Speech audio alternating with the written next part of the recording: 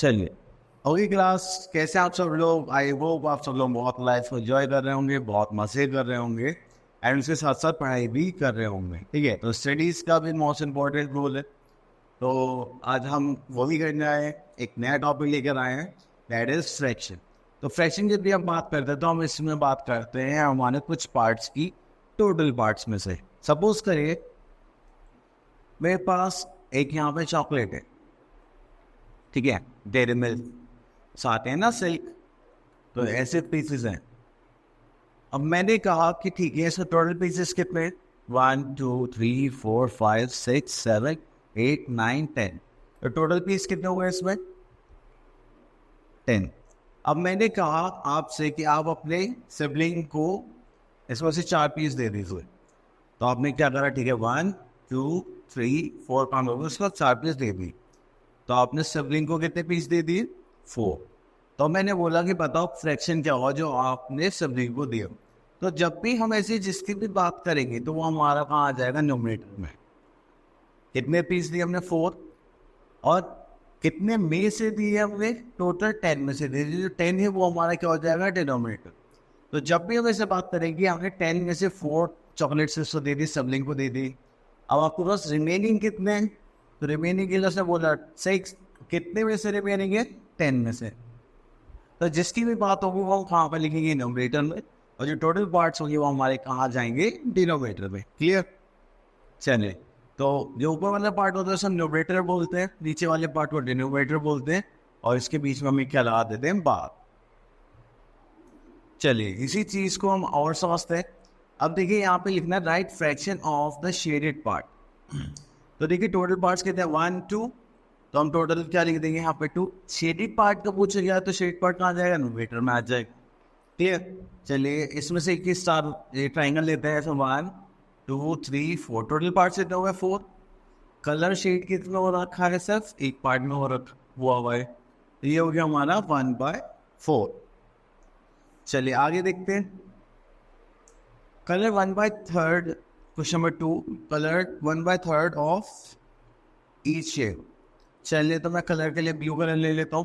देखो 3 पार्ट से 3 पार्ट में से एक में कलर करना है, तो मैंने इसमें कर दिया। ठीक है, चलिए बाकी के पार्ट्स आप कर लेना। नेक्स्ट में लिखा है थर्ड क्वेश्चन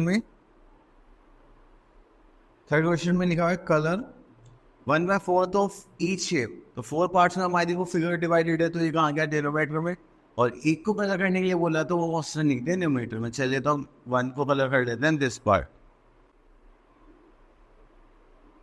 ठीक है, चले। अब आता है नेमिंग ऑफ फ्रैक्शन। तो मैंने अभी आपको बताया था, जब भी हम फिक्स फ्रैक्शन की बात करते हैं तो हमारे पास क्या आ जाएगा? फ्रैक्शन क्या होगा? न्यूमरेटर ऊपर होगा और डिनोमिनेटर नीचे होगा। तो इन दोनों को मिला के हमारे पास क्या आ जाता है? फ्रैक्शन आ जाता है। नेक्स्ट है exercise 7.2, question number 1, right the fraction for the shaded part. हम आपको यहाँ पे फ्रैक्शन लिख रहे हैं शेडेड पार्ट के। तो हमारा कॉन्सेप्ट क्या है कि हमारे पास जो न्यूमरेटर होगा और डिनोमिनेटर होगा, ठीक है, तो उनको मिला के फ्रैक्शन बनता है, जस्ट लाइक दिस। डिनोमिनेटर में हम क्या लिखते हैं? Total parts. और नोमिनेटर में जितनी भी हमारे पास जिसकी बात करेंगे। तो यहाँ पे शेड पार्ट्स की बात करेंगे, तो शेड पार्ट देखो कितने? 1 2 3 4 5। तो हमने यहाँ लिख लिया 5। और यहाँ पे टोटल कितने हो गए? 1 2 3 4 5 6 12। यहाँ पे होगा हमारे डिनोमिनेटर में 12 पार्ट्स। कोई प्रॉब्लम नहीं। चलिए इसमें और देख लेते हैं। देखो 3 3 3, टोटल कितने हो गए? 9। तो ये हमारा डी पार्ट है। तो टोटल पार्ट्स कितने हो गए इसमें? 9। और शेडिड कितने हैं? 1 2 3 4। शेडिड हो गया 4। तो ये हो गया हमारा फ्रैक्शन। चलिए,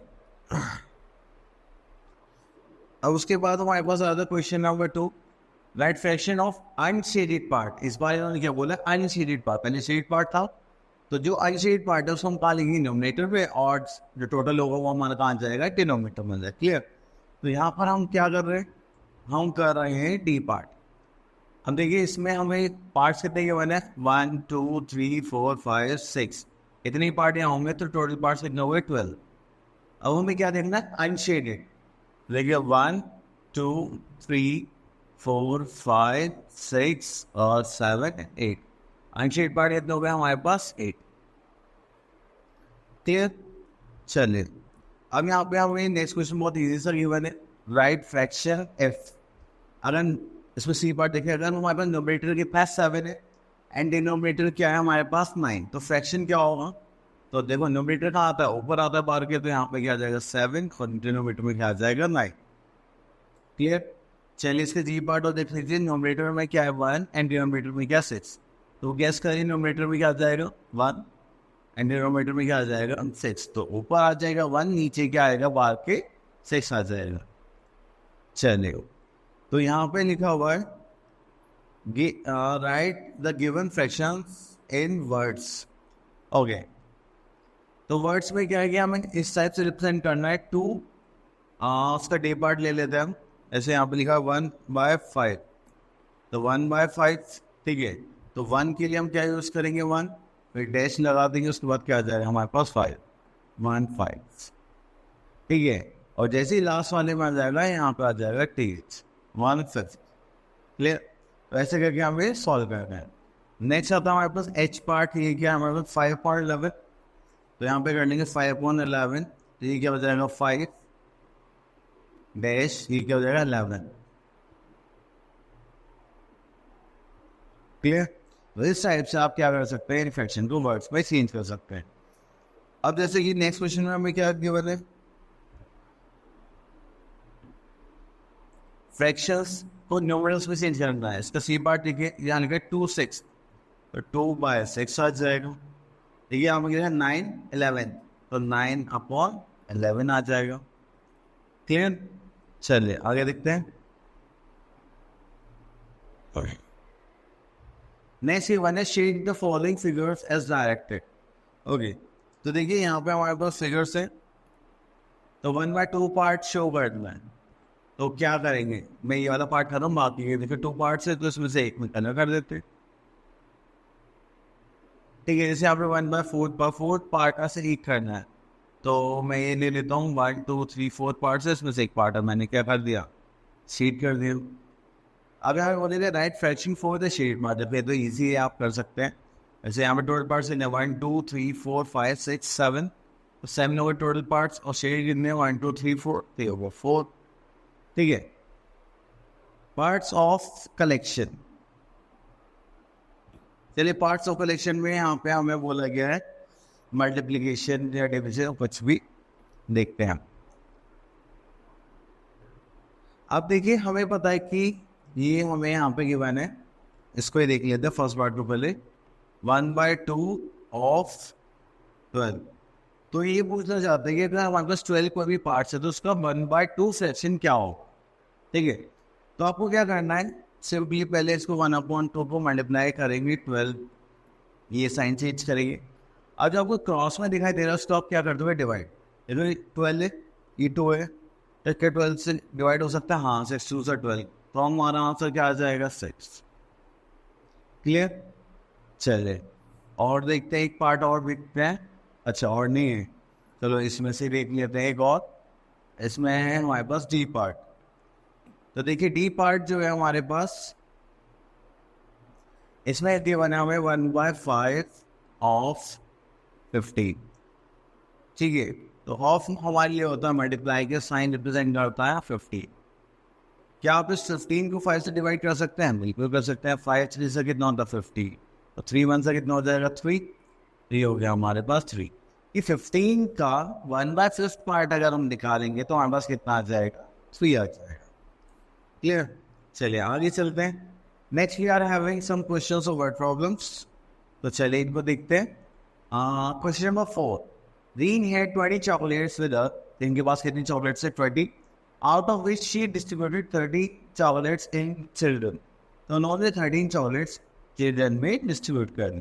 What fraction of she has now? What fraction of total she has now? तो यहाँ पर हमारे पास क्या टोटल चॉकलेट्स लिखते हैं, तो हम यहाँ लिख लेते हैं total number of chocolates, that is 20, and number of chocolates distributed.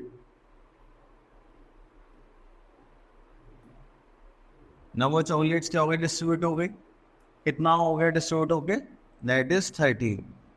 अब यहाँ पे क्या जाएगा, नंबर ऑफ चॉकलेट्स लेफ्ट. देखिए 20 में से 13 माइनस करेंगे तो हमारे पास चॉकलेट कितनी बची, 7. अब इन्होंने क्या पूछा, fraction of, what fraction of total she has now. तो हमसे फ्रैक्शन पूछे, अब उनके पास कितने हैं, हमें फ्रैक्शन निकालना है. तो फ्रैक्शन के लिए हमारे पास टोटल कितनी चॉकलेट थी, 20. अब कितनी बची उनके पास, 7. तो हमारा आंसर क्या हो जाएगा, 7/20. क्लियर. चलिए, आई होप आपका फ्रैक्शन का टॉपिक बहुत अच्छे से क्लियर हो गया होगा. अब आपको क्या करना है, सिर्फ इसकी प्रैक्टिस करनी है और इसको अच्छे से कमांड बनाना है इस पर. चलिए, ऑल द बेस्ट.